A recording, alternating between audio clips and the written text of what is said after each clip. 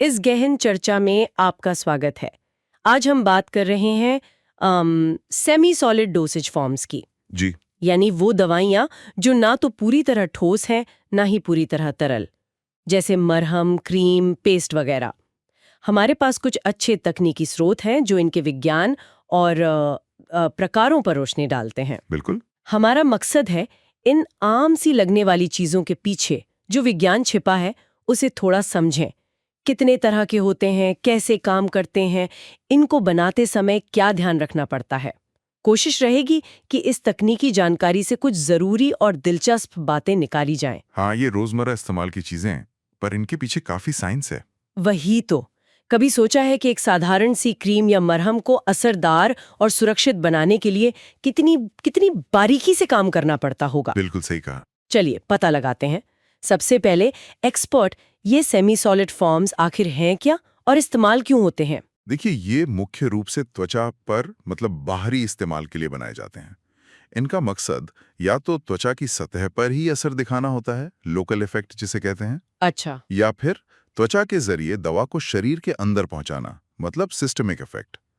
हालांकि कुछ ऐसी भी हैं जो अंदरूनी इस्तेमाल के लिए हैं, जैसे सपोजिटरीज, जो रेक्टम या वजाइना में यूज होती हैं। हाँ, सपोजिटरीज।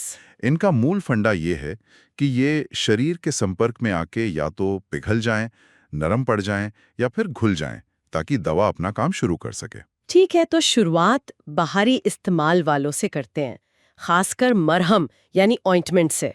ये तो बहुत ही कॉमन है।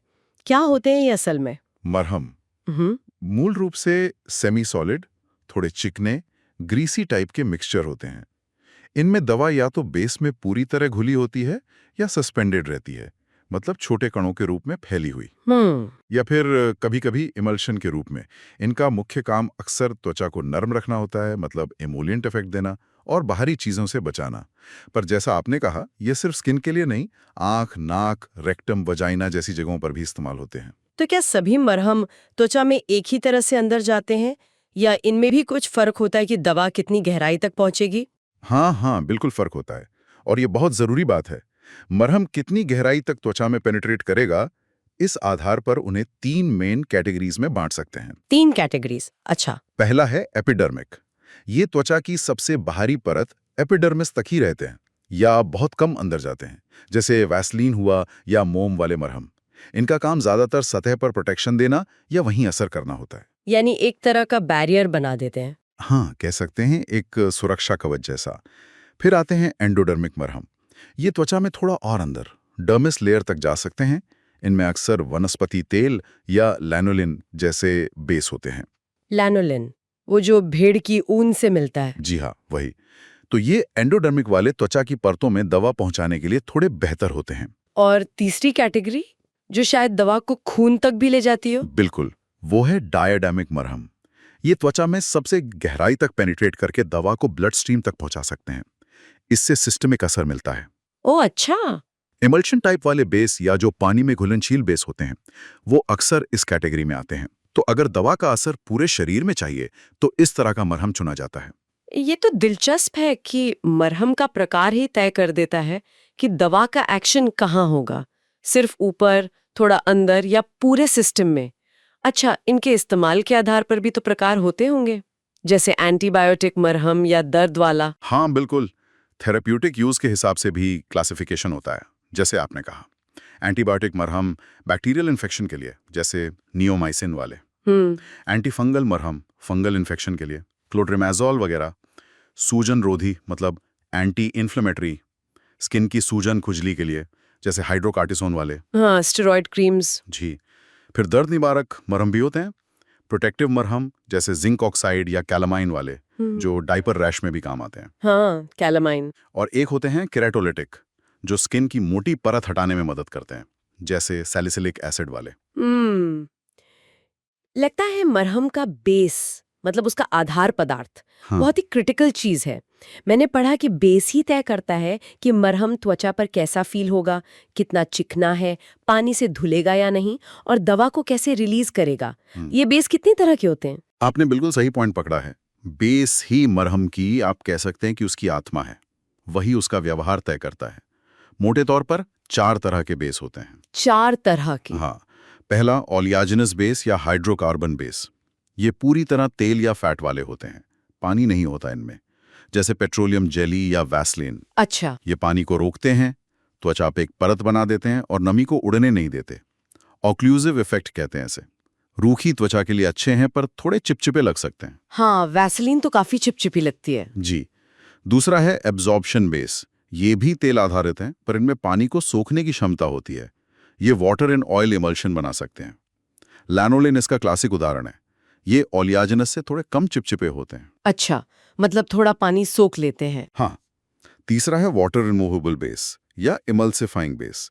ये असल में ऑयल एंड वाटर इमल्जन होते हैं, मतलब तेल की बूंदें पानी में फैली हुई क्रीम जैसे लगते हैं और पानी से आसानी से धुल जाते हैं। त्वचा पर हल्के महसूस होते हैं। ये तो काफी पॉपुलर होंगे फिर। जी हाँ, बहुत। और चौथा है वाटर सॉल्युबल बेस। इनमें बिल्कुल तेल नहीं होता, इसलिए इन्हें ग्रीसलेस बेस भी कहते हैं। ये पूरी तरह पानी में घुल जाते हैं। पॉलीएथाइलिन ग्लाइकॉल यानी पीईजी वाले बेस इसके उदाहरण हैं। ये उन जगहों के लिए अच्छे हैं जहां चिकनाहट नहीं चाहिए। वाह, मतलब हर जरूरत के लिए अलग तरह का बेस मौजूद है। अच्छा, इन्हें बनाया कैसे जाता है? क्या ये सिर्फ दवा और बेस को मिक्स कर देने जितना आसान है? और बनने के बाद इनकी क्वालिटी कैसे चेक होती होगी? यहाँ कुछ दिलचस्प बात जरूर होगी। बनाने की प्रक्रिया बेस और दवा पर निर्भर करती है।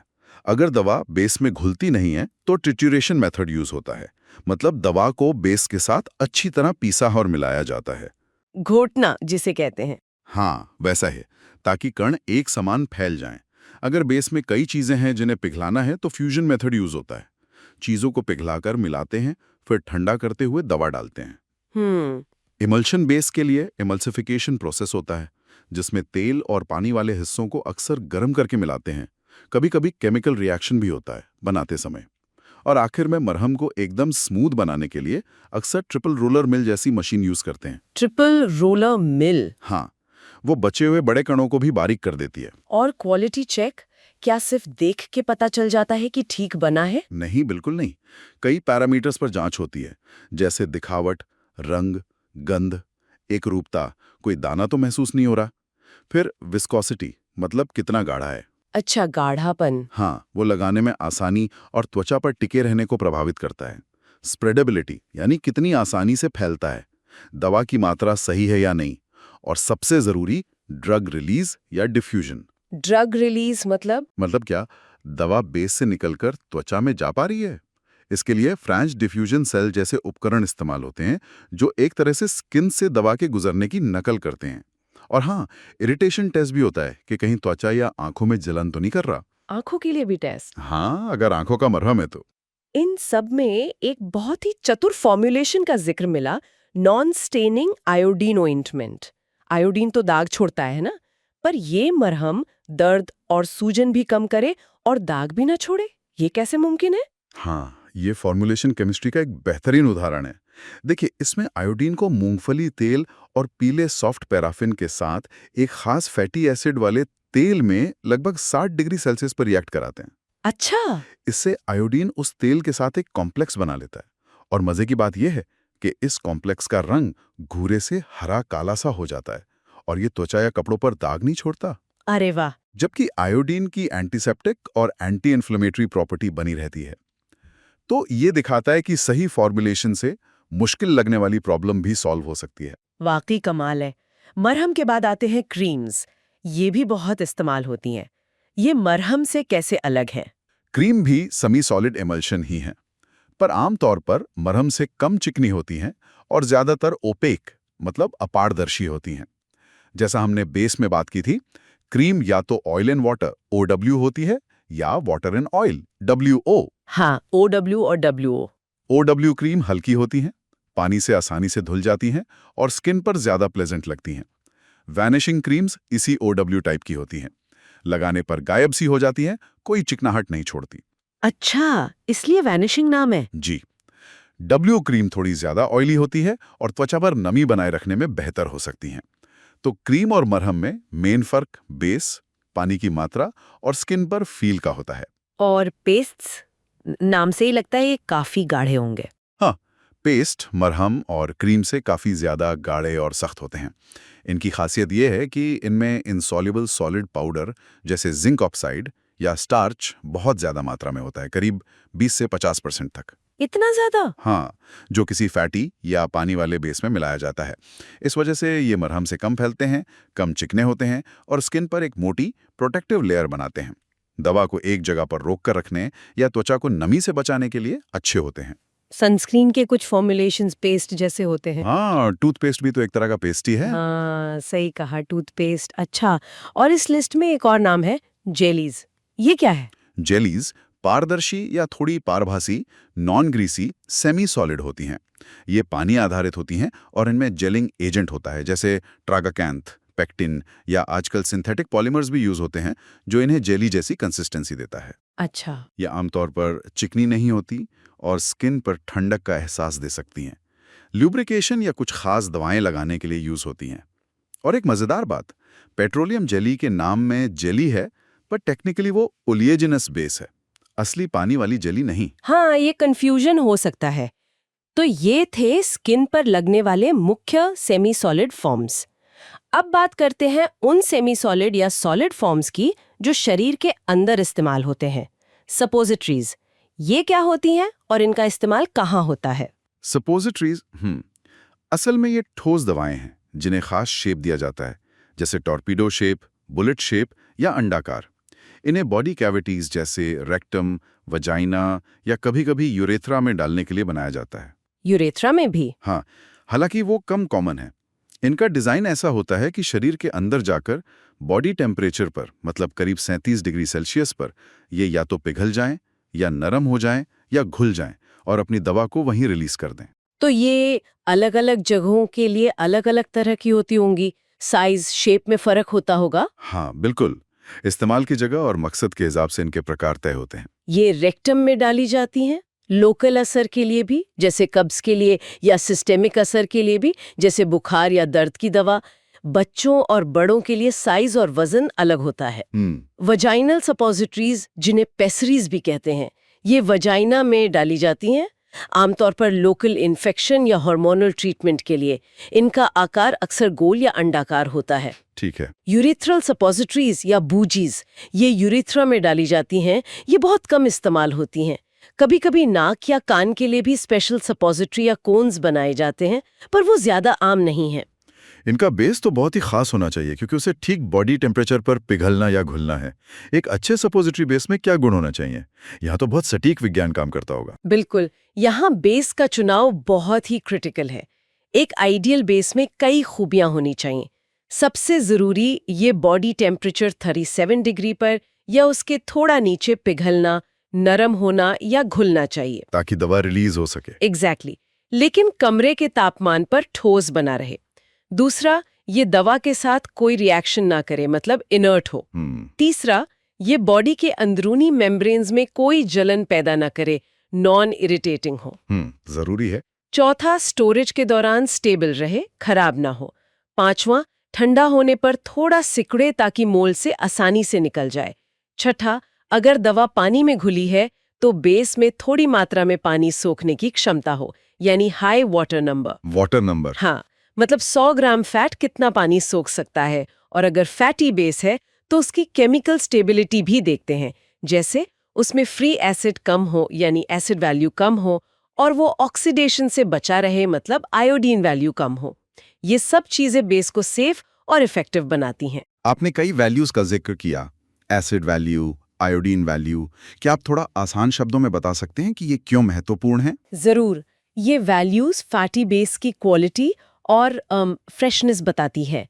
एसिड वैल्यू बताती है कि बेस में फ्री फैटी एसिड कितने हैं।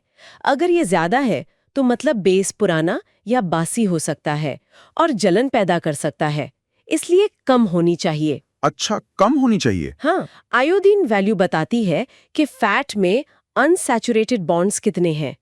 ज्यादा अनसैचुरेटेड फैट हवा के ऑक्सीजन से जल्दी रिएक्ट करके खराब, मतलब ऑक्सीडाइज हो सकते हैं। तो कम आयोडीन वैल्यू का मतलब है बेस ज्यादा स्टेबल है।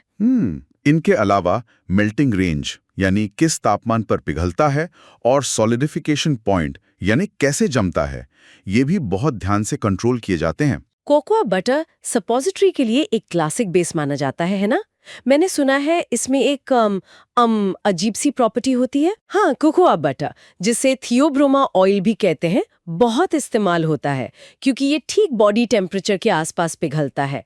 लेकिन इसकी एक बहुत ही दिलचस्प और थोड़ी मुश्किल पैदा करने वाली खासियत है पॉलीमॉर्फिज्म। पॉलीमॉर्फिज्म ये क्या होता है? इसका मतलब है कि ये एक ही केमिकल होते हुए भी अलग अलग तरह के क्रिस्टल स्ट्रक्चर बना सकता है। जैसे कार्बन से ग्रेफाइट भी बनता है और हीरा भी। ओ अच्छा। कोकोआ बटर के कम से कम 4 क्रिस्टल रूप होते हैं, गामा, अल्फा, बीटा प्राइम और बीटा, और हर रूप का मेल्टिंग पॉइंट अलग होता है। 4 रूप, तो कौन सा चाहिए हमें? सिर्फ एक ही रूप, बीटा रूप, सबसे स्टेबल है और ठीक 34-35 डिग्री सेल्सियस पर पिघलता है, जो बॉडी टेम्परेचर के लिए परफेक्ट है। बाकी रूप gamma, alpha, beta prime unstable होते हैं और बहुत कम तापमान पर 18 डिग्री से 31 डिग्री के बीच ही पिघल जाते हैं। तो अगर गलत रूप बन गया तो गड़बड़ हो जाएगी। अगर कोकोआ बटर को बनाते समय बहुत ज्यादा गर्म कर दिया या बहुत तेजी से ठंडा किया तो ये अनस्टेबल रूप बन सकते हैं। नतीजा, सपोजिटरी कमरे के तापमान पर ही नरम पड़ सकती है या शरीर में ठीक से पिघलेगी ही नहीं। अरे बाप रे, तो इसे बनाना तो बड़ी चुनौती होगी। कैसे बनाते हैं फिर? और क्या रखने में भी दिक्कतें आती हैं? हाँ, टेम्परेचर कंट्रोल बहुत जरूरी है। बनाने के मुख्य तरीके हैं हैंड मोल्डिंग, जो अब कम यूज होता है, कोल्ड कंप्रेशन, इसमें बिना पिघलाए प्रेशर से शेप देते हैं। अच्छा। फ्यूजन या पोर मोल्डिंग, ये सबसे कॉमन है। इसमें बेस को सावधानी से पिघलाते हैं। कोकोआ बटर के केस में बीटा क्रिस्टल बनाए रखने के लिए टेम्परेचर कंट्रोल बहुत जरूरी है। दवा मिलाते हैं और फिर मिक्सचर को मोल्ड में डालकर ठंडा करते हैं। हाँ। बड़े स्केल पर ऑटोमेटेड मशीनें यूज होती हैं और हाँ, स्टेबिलिटी प्रॉब्लम्स आ सकती हैं, जैसे कोकोआ बटर सपोजिटरी की सतह पर कभी-कभी सफेद पाउडर जैसा जम जाता है। ये गलत क्रिस्टल बनने का संकेत हो सकता है। सफेद पाउडर। हाँ, ब्रिटलनेस, मतलब ज्यादा ठंडा करने पर सपोजिटरी भंगुर होकर टूट सकती है। रैंसिडिटी, फैटी बेस टाइम के साथ बासी हो सकते हैं। और इनकम्पैटिबिलिटी मतलब कुछ दवाएं कुछ बेस के साथ मेल नहीं खाती, रिएक्ट कर जाती हैं। ये एक महत्वपूर्ण सवाल उठाता है कि फॉर्मुलेशन कितना जटिल हो सकता है। जैसे पेनिसिलिन कोकोआ बटर में ठीक है, पर पीजी बेस में खराब हो जाती है। एस्पिरिन, कुछ सल्फर ड्रग्स भी पीजी बेस के साथ रिएक्ट कर सकती हैं। तो दवा और बेस का सही जोड़ा चुनना बहुत अहम है। तो हमने आज सेमी सॉलिड फॉर्म्स की दुनिया की एक झलक देखी। त्वचा में अलग अलग गहराई तक जाने वाले मरहमों से लेकर बॉडी टेम्परेचर पर सटीक रूप से पिघलने वाली सपोजिटरी तक, ये रोजमर्रा की दिखने वाली दवाएं अपने अंदर कितना विज्ञान समेटे हुए हैं। तो इसका क्या मतलब है? शायद यही कि दवा का सिर्फ होना काफी नहीं, उसे सही गाड़ी यानी सही डोसेज फॉर्म में डालना कितना जरूरी है ताकि वो सेफ रहे और असरदार तरीके से काम कर सके। बिल्कुल। फॉर्मुलेशन सिर्फ दवा पहुंचाने का तरीका नहीं है, ये उसकी स्टेबिलिटी, शेल्फ लाइफ, इस्तेमाल में आसानी और सबसे बढ़कर ये पक्का करने का विज्ञान है कि प्रोडक्ट शरीर की खास परिस्थितियों में उम्मीद के मुताबिक काम करे। चाहे वो स्किन पर लगने वाली क्रीम हो या दर्द का मरहम या बुखार की सपोजिटरी, हर एक के पीछे काफी सोच विचार और टेस्टिंग होती है। बेस का चुनाव, दवा की कंपैटिबिलिटी, मेल्टिंग पॉइंट, ये सब बातें मिलकर प्रोडक्ट की सक्सेस तय करती हैं। और जाते जाते अपने श्रोताओं के लिए एक सवाल छोड़ जाते हैं। हमने देखा कि कोकोआ बटर जैसे बेस में पॉलीमॉर्फिज्म होता है, यानी उसके कई क्रिस्टल रूप हो सकते हैं, जिनमें से सिर्फ एक बीटा ही सही तापमान पर पिघलता है। सोचिए, दवा कंपनियों के लिए प्रोडक्शन के दौरान हर बार सिर्फ वही सही क्रिस्टल रूप बनाना कितना चुनौतीपूर्ण होता होगा। इस चुनौती को देखते हुए क्वालिटी कंट्रोल के कौन से तरीके, जैसे टेम्परेचर की सटीक निगरानी, कूलिंग रेट का कंट्रोल या बनने के बाद क्रिस्टल रूप की जांच, आपको लगता है सबसे ज्यादा महत्वपूर्ण हो जाते होंगे ताकि हम तक हमेशा सही और असरदार दवा पहुंचे? सोचने वाली बात है। इस जानकारीपूर्ण चर्चा में शामिल होने के लिए बहुत बहुत धन्यवाद। धन्यवाद।